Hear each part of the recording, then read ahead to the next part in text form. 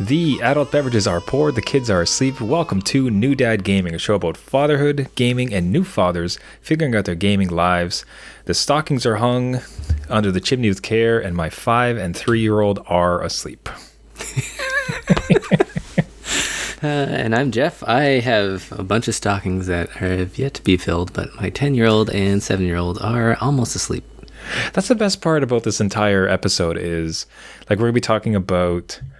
like the consoles under the tree, like if that's our thing anymore, how to get games under the tree. There's a whole lot of things when we talk about Christmas. Yeah. And the landmine lines that Jeff needs to go around is the fact that his kids could be eavesdropping. Yes, so it's they like, could. So what I got them was, he looks around very seriously.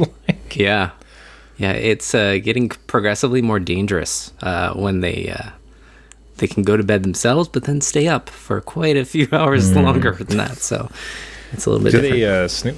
So I will make one mention. This is probably like the first, like the adult beverage. As part of our opener, it's like the adult beverages are poured. Yeah. But between some weight loss I've been trying to do, fasting, and just generally being exhausted by the time we record, I don't generally drink on the show anymore. Yeah. But here he is, look at this, like, and super festive with eggnog and rum. You get eggnog, that's amazing. Oh, it's so amazing. It really makes me happy. It's gonna power me through this, I assure you. Really, yeah. Really I need this. Christmas. But so your kids, do they sneak? Are they trying to find where the presents are and like get a peek, or like have you had to fight that yet? They're not actively seeking them out, but they are definitely staying awake. More quiet than usual. Usually when they're awake, they're, stomping around, tossing around, and you can hear them and yell at them to go back to bed. Now you can kind of hear it because they don't know where the floor creaks are yet. So that's the key. But yeah, they're peeking. They're finding it. I think ours have stumbled upon the presents a few times. No. With questions of like, what's this? Like, oh, nothing. And then you just quickly steer them away before they get an idea. It's more like they notice colors. Yeah. I'm like, what's this over there? Nothing at all, son. Come this way. What are you talking about? Go get a cookie. Yeah, you little ones. But, one of the first things we want to talk about, it's sort of a borderline cliche at this point, but and we're putting up a video here, which... any dads who are watching immediately brings joy, and you recognize the faces. Yeah. And that's when there's that console under the tree. And for us, we were talking Nintendos, Super Nintendos, N64, PlayStations. These days, like this particular compilation we're watching is kids opening Nintendo Switches, which, as a gaming dad, you should probably not go through the season without watching one of these to warm your hearts. That's right. But, do you think, Jeff, this is kind of a thing of the past, is between the pricing and the stock and just how everything works? Like, will consoles stop showing up under trees for kids, or is it still very much something we'll keep seeing? I definitely think it's gone, or at least it's going. Again, like you said, the price point of this stuff is really, really high. So even if you have, let's say, a couple kids and you got to split a gift, I just think everybody's strapped for cash, or at least like kind of understanding what Christmas is. Not a $700 scalped PlayStation 5. Hold on. Let's Google something real fast. Google. Now we listen to Trevor. Google something. SNES in today's dollars. Because I'm kind of curious about like the prices. It's probably around the Switch price, I would assume, right? How much? Okay, so I'm going to an article here. How much every console would cost today in today's dollars? Kids looking longingly at a GameCube. Yeah, right. The Neo Geo today would cost $1,170. Oh my god! Can you imagine? Okay, Super Nintendo would cost $363. Okay. The N64 would cost $300. This site's trying to charge me for the information. If I can see everything. We got what we need. To. Suckers. The PlayStation would cost $480. Nintendo, the original NES, would cost $440. That's surprising. That is surprising. I would have thought that'd be lower. Like, I understand, component prices come down and everything, but for some reason I thought that was really one of the first approachable ones. Yeah. So maybe let me walk that back. Maybe it's gaining momentum just because more parents are gamers, and we kind of understand that. I don't know, maybe it's more of an impact, but then kind of put parameters around it. Because I know if I was going to do a console for my kids, that would be it. Like that would be the big gift. And we were actually considering that this year, just to kind of like a one big gift, so we don't have to run around during a pandemic trying to get multiple things. They could just do one big thing. Thank you for, keeping the family together in 2020 because it's kind of crap. Yeah. And this is it, one big shebang. So maybe I'm wrong, and it's more about, I don't know, giving that one huge console thing, and seeing those faces is pretty. I remember my face when I opened up consoles. Like it's a great feeling. So yeah, because what we can say, so if you were just dipping your toe, if you had kind of younger gamers who weren't really aware what it was, the Xbox Series S comes in around $350. Yeah. So actually fairly decent price lower, much lower than the NES, which originally by today's dollars would be $440. Right. So technically, like the super happy kids we're seeing getting Nintendos back in the day, we're doing that. The Switch is now $300. That's a good question. I think it's $399, but it could be $299. Yeah. So I think that, however, so the thing that kind of taints it though is like the PS5 and the Xbox Series X both being like towards $700. Yeah. And that's still much more. Right? That's a hard one. Now, if it's for two kids, maybe. Or you involve the grandparents, like maybe it's an all-in, right? Like it's just, here you go. This and no games. You get a console, you just look at it. Yeah, so, and again, I could care less to bring up the scalping again, because like we've discussed that nonsense ad nauseum, but assuming that goes away and the console is widely available, I think next year would really be, there'll be some under the tree stuff this year, but I think more next year will be the time to see it if it becomes kind of a popular Christmas thing for kids. So yeah, maybe not. Maybe it's not going away. Yeah. We're perpetuating it. So well, we're just seeing these like again, if you want just like to check out these kids just like losing their minds as they're opening these consoles, like it is, man, isn't that worth some money? Like it's, especially as a gaming dad. Plus, you can, like you said, you get to play it yourself. So absolutely, it's a gift for the family. I don't know what you're talking about. This is a family one. Now remember, kids, you can't be playing it every day. So we're going to put this in Dad's office. And we're I got to set it up first. Hold on, give me a week. So that actually kind of brings up an interesting point where you had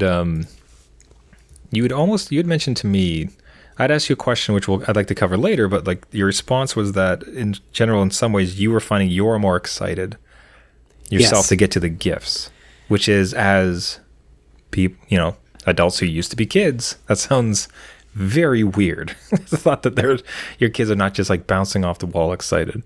What are you thinking there? Yeah, like I think when I remember back when my kids were a fair bit younger, I was excited for their expressions, but like it wasn't a big like because they didn't really know what it was, and they were opening up gifts and wrapping paper, whatever.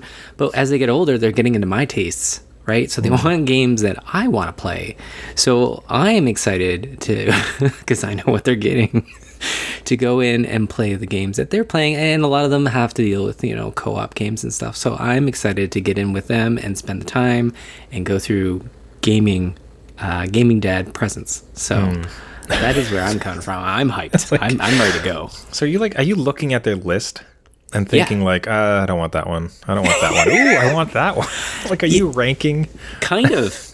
It's kind of like your Luigi Mansion 3, right? Like, it's like, maybe fair. They'll like it for a little bit and then they don't really want it. So a lot of them on there were like, no, they're not. And like again, I'm just checking, just make sure. My youngest. He's in the corner. He put on a sequel without playing the original. I'm like, what are you doing? Like, it was Ori and the Will and the Wisps. I'm like, no, you gotta play. Have I taught you nothing? One. Yeah, exactly. So like, I would handpick some, and then some price points. Again, Nintendo. There were a lot of Nintendo games. Nintendo games are pretty expensive. So if they're getting a game It's one Nintendo game and, you know, maybe some DLC somewhere. So, yeah, I go through and see what is applicable to me, maybe. I don't know. It certainly helps with the blow of the cost, for sure, because if it's something that, for the kid alone, especially if it's a Nintendo title, which is, you know, $80, never goes on sale. No. Then, ouch, that hurts. But it also, I will also enjoy this. Yeah. So it's not lost. And again, like you mentioned with Luigi, I'm happy my kid now is liking it, but there was a good time when he bounced off it. Right. But it wasn't too worrisome because it's like, you know what, like I will enjoy this. So it's not a complete lost cause. I'm certainly not happy about it. Not, of course, if I'd given that to him on Christmas morning and he's like, what is this? I hate this. Yeah, exactly, right? Different solution. You're not getting those reactions we saw in that video. You're like, oh, well, So that's kind of where I'd be curious where you and even like gaming dads listening, if you want to write in, is when that switch happened. Because my oldest, who's 5, is kind of getting it. Like he's kind of excited. He knows there's gifts coming, right? And he had a list. He wrote Santa. Santa wrote back. But I just know that after the initial thrust of like great presents, and he's gonna kind of just want to go play, some Luigi's Mansion or with his toys, and like it's gonna be kind of one and done compared to what I remember my own excitement being, which was just off the wall, jazzed, couldn't wait for weeks. Like I was just super thorough. Was there a year that you can kind of remember when it just switched on for them? Where they, nice pun. I was about to say, yeah. But when all of a sudden that just turned, where the kids it clicked that this is the most magical time of year. I really think it was around that age, so like 6, 7, because my 7-year-old right now is just been going bananas for the last month. He thought like, you know, again, time frames and kid brains don't really work properly, so he thought Christmas was coming for the last 30 days. So it was just a constant, like, Christmas is like right around the corner. I'm like, no, you gotta wait. You still got school, and now they're off school, so it's just constant hype. You got school. And we have the presents underneath the tree, right? You have the family presents, so they are constantly crawling up to them and seeing if they can give it a little poke, give it a little shake. And it says, "Is tape a little loose? You know, can I peek in there?" Take out my little X-Acto knife here and just take a little strip. So they are definitely like ready to go, and it's fun to see. I don't know, I love it. I don't know if my wife loves it, but I love it, like, because it's a lot of energy at once. And I just think it can be too much for some people. So God, I had a buddy, and I can't believe he pulled this off and even did it in the first place. So this is back in the N64. He had asked for, it must have been like an RPG or something, like some kind of large scale N64 game. And he had devised this whole system where one night, like and the presents were out for them, that was like for like a week and a half, almost 2 weeks before the day, right?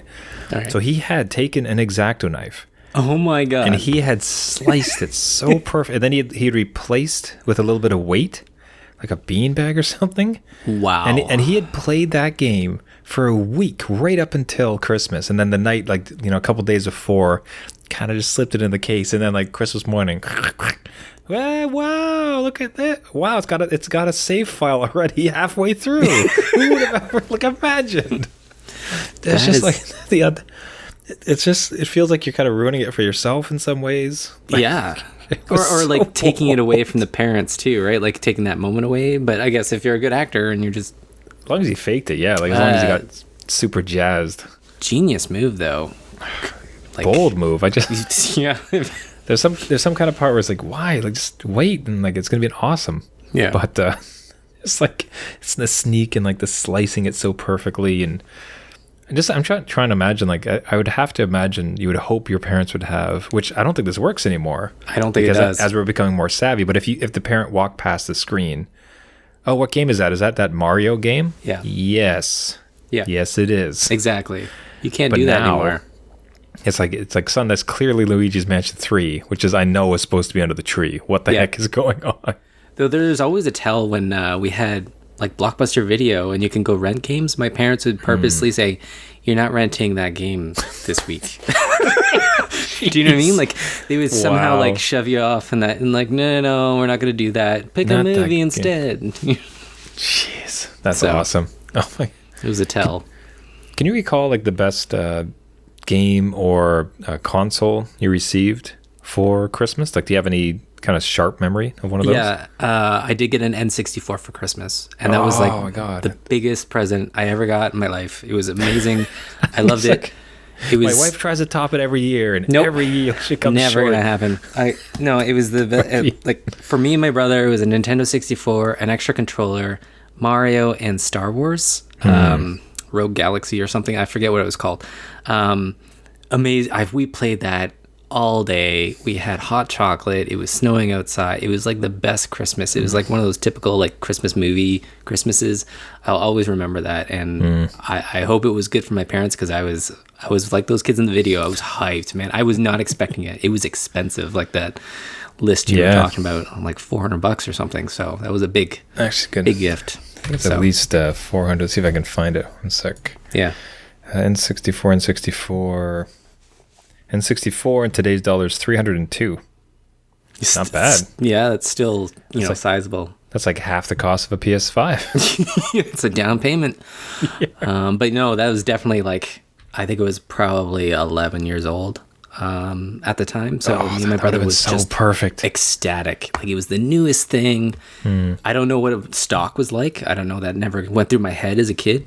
But they got one, and we had a blast with it. So I'm not sure if you had the same with a game or something, but that was me. I can remember the one year receiving Final Fantasy 9. Oh, nice. Which is one of, and it was soon after it come out, and that's that's one that I'd read about in game magazines. If Yep. other gaming dads, I'm sure, remember actual game magazines. Yep. Back in the day. So that's one of the, I was really hyped about that game, and then to get it, and much like you, we had a big family, so there's always there's a couple parties type of thing, right? You have your Christmas day, then you go somewhere, and then maybe a whole new batch of family comes for dinner. And I could remember this, okay, I can leave and play the game for an hour, but then I need to stop and come down for 30 minutes. I got to make an appearance. Right. And then I'm going to go back up and play for an hour. But very much the same thing, where it's just, it just felt like you had infinite time that day. Yeah. Like, time stood still, hot chocolate and all the other Christmas stuff. Like, it was just perfect. So like that game, I remember that very specifically. No, that's a good one. That's a good game to hold on to too. So, oh man, one of my favorites. It's one of those, one of the few that I've beat. Few Final Fantasies I've ever beat twice. Oh, yeah? I tend to be just done with it, but I remember it came out on mobile and just had a blast beating it again. Yeah, no, that's a good one. All the dad cheats turned on though. Just like I remember I lost to a few bosses. I'm like, I don't care, just God mode. I just want to I just want to play through. I don't have time for this. I'm not grinding. I'm not going to grind this. My hot chocolate's cold. I know I beat the real thing. That's right. Like, I know what's up. Yeah. But that actually kind of brought up an interesting point. And another thing I'd asked you, this is very much turning into interrogation as I prepare for my kids as they get older, but it's, and I'm curious if other gaming dads listening have the same, is what occurred to me was, as games go more digital, and in my case, again, I have the Xbox Series S, which means cannot have discs, no discs to be had. Yeah. And even if you did have the availability, let's say you had a Switch, but you can't find the cartridge, so you buy it from the Nintendo store. What does that look like for under the tree? Because like, what are you going to do? Like, you're going to wrap the Switch up again, that'd be hilarious, and wrap and have it. It's like, this is just a Switch. Turn it on. So it's not a bad idea. Loaded. Probably a bad idea. He shakes it and just like yeah. So as games go increasingly digital, like, what do we do with that under the tree experience? Like cards, like a box with nothing. Like, what have you done? Have you come across this? Well, what I have done and what my kids have done for me, because I'm usually digital, is we'll take an old game case and draw the front of it. So then you have like that personal touch, and it's the game or whatever. That's and cute, then it's inside, it's like, it's your digital code, or it's been downloaded for you, right? So it's something. I think with my kids, I want to give them like a physical item to at least know that it's under the tree, and not just like this thin piece of paper, which they're not too excited for, even if they don't know it's a digital code for something. But that's what we've worked out, is just usually the old game case. But I have run into that with my son asked for DLC for Zelda. So Oh, that one jeez. was the roundabout way. DLC for man, I've never thought about that. So what I want for Christmas is Yeah. an expansion to something I already own. Yeah. And the Wow. problem is that it's under my account, right? So it's like my game. I have to go into the store and buy it, but then I have to make sure it doesn't show up in the game because it auto downloads everything, right? So immediately when you buy it, it just zips to download, and I don't know why it does it. It probably convenience, because why else would you buy it? So I had to delete it, re-download it, just like base game, right? Patch it through, and then not go into the store to get the DLC, so it doesn't show because he's been playing it. And that's why he's kind of asked for it. But I'm worried that he'll go in there and see, that sitting there. And then my other son wants Sephiroth for Smash Brothers. Yeah. So like something like that, you have to like plan out. Like the night before, I'm gonna have to go into the store and just remember to buy it because it'll show up immediately. So what I suggest you do is you have you find something you can, like a little tape recorder. Okay. Right. So they have a little box open. It's like tape recorder. Hit play, son. It's just you mouthing a cappella style the Sephiroth, the I love it. terrifying. One winged angel. I'm all for it. That's a great idea. You would just be I got another day. I can hook this up. right. So it's like, or it's the iPad. iPad just use the record feature on it, and like, what the heck is this? Like, just play the song. Yeah. That's probably better for the kids because they'll be like, tape recorder. What is? Yeah, it's like, what is it? What is this ancient What is this relic? thing? Yeah. They would understand. iPad, they could teach you a thing or two. Yeah. So okay, so you generally, I like the one where they draw the cover of it. That's incredibly darling because it's just that extra personal touch to something that's so far removed from the physical world. That's kind of nice. Yeah. It kind of gives, that extra added effort too. Because, I don't know, there's some effort going out to the store and getting it or having it shipped. I don't know. But it just adds that touch, which Especially with the works. DLC. Yeah, I could see maybe too if like you got the, I mean, it's kind of a tricky year this year to do such things, but if you're able to find like a figure of Sephiroth and then have that inside of a box, and then like he opens it, it's just that, and you're like, surprise, it's actually on Switch. Like, Yeah. I have actually looked for that kind of stuff or, just something simple. But again, it's very hard when you're not in person because all those like little like, use an old term, knickknacks, are usually in store, right? And they're just on a shelf, not inventory. Like there's no, like we don't know if we have it. So yeah, I remember there was I think my mom for one of my nephews was trying to find a very specific Funko Pop. Oh yeah. And the only one available was like somewhere middle of England. Oh and my it was, God. it's like, all right, this will either arrive December 12th, or February 18th.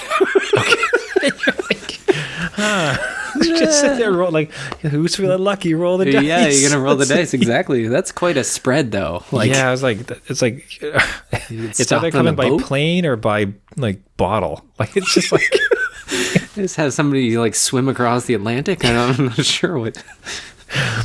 so I wasn't exactly sure how on earth that would come about, but Yeah. I think I will come across it at some point because especially if my son ever starts playing my Xbox, he hasn't touched it yet.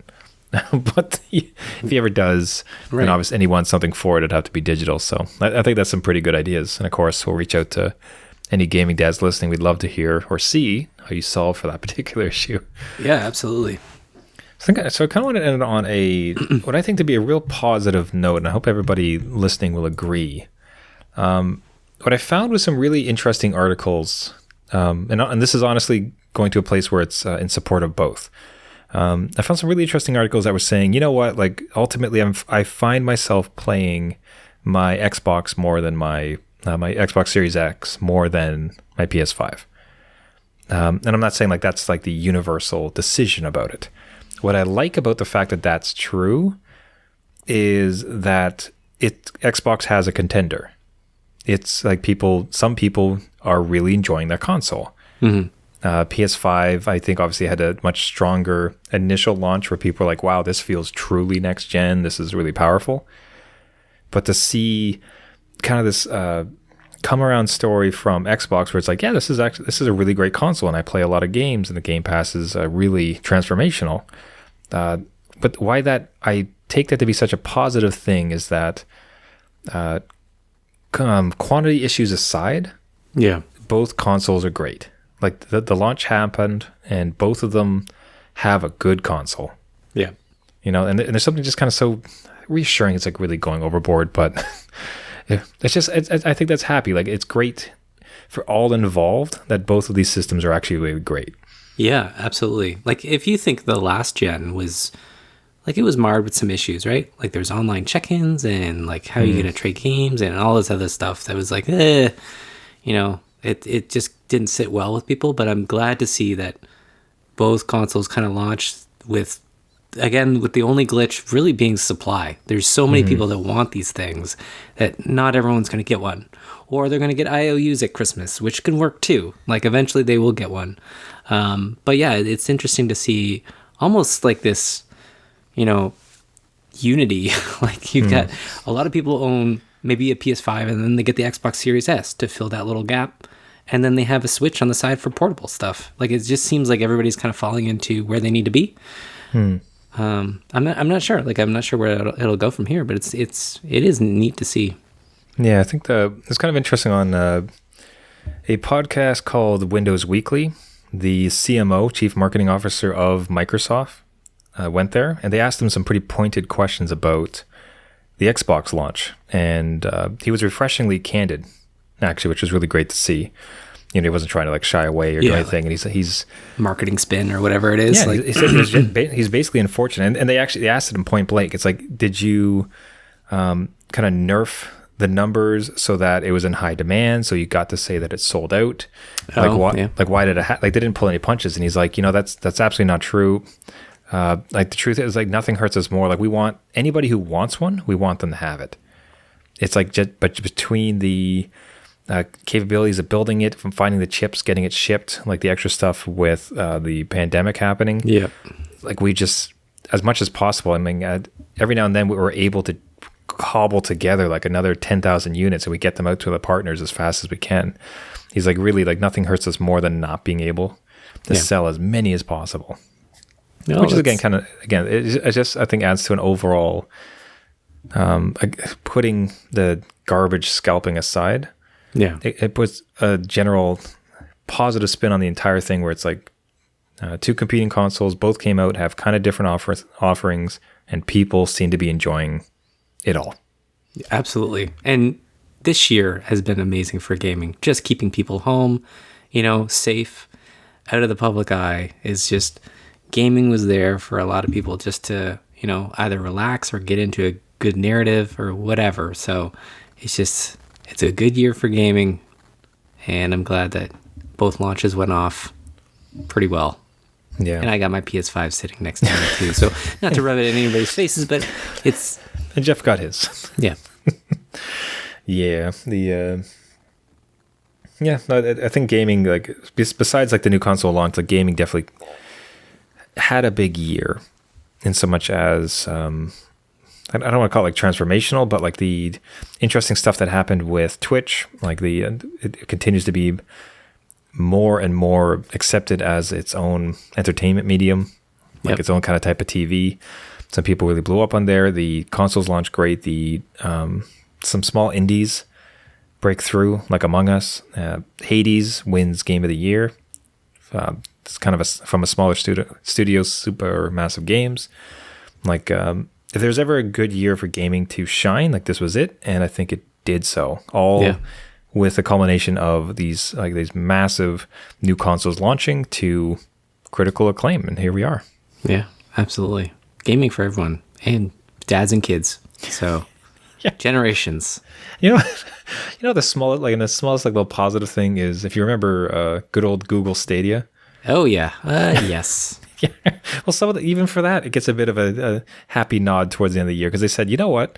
What people are finding is like the best place to play Cyberpunk 2077 is on Google Stadia, which is hilarious. Like, you know what, man? Take your win. Exactly. Take it, Stadia. You got it. Give it away with the game. Like, just get it into people's houses. Just The only thing this controller does is connects you to something that can actually play Cyberpunk with as few bugs as possible. Yeah. So, hey, that wins across the board. That's Great right. way to tie off the year. And I think that will wrap it up for us for the Christmas season. Thank you, everybody, so much for listening. This has been New Dad Gaming. If you have any of your own stories, be it consoles on Christmas morning or how you dealt with getting digital gifts under the tree, we'd love to hear from you about that. Please reach out to us. You can find us at our website, newdadgaming.com. You can find us on Twitter and Facebook at newdadgaming. And the podcast itself, if you'd like to subscribe, leave a comment, or share, you can find us on iTunes, Spotify, Google Play, Stitcher, any of the major, Pandora now actually, and any of the other major podcasting services. We'd really appreciate you subscribing and tossing us a note.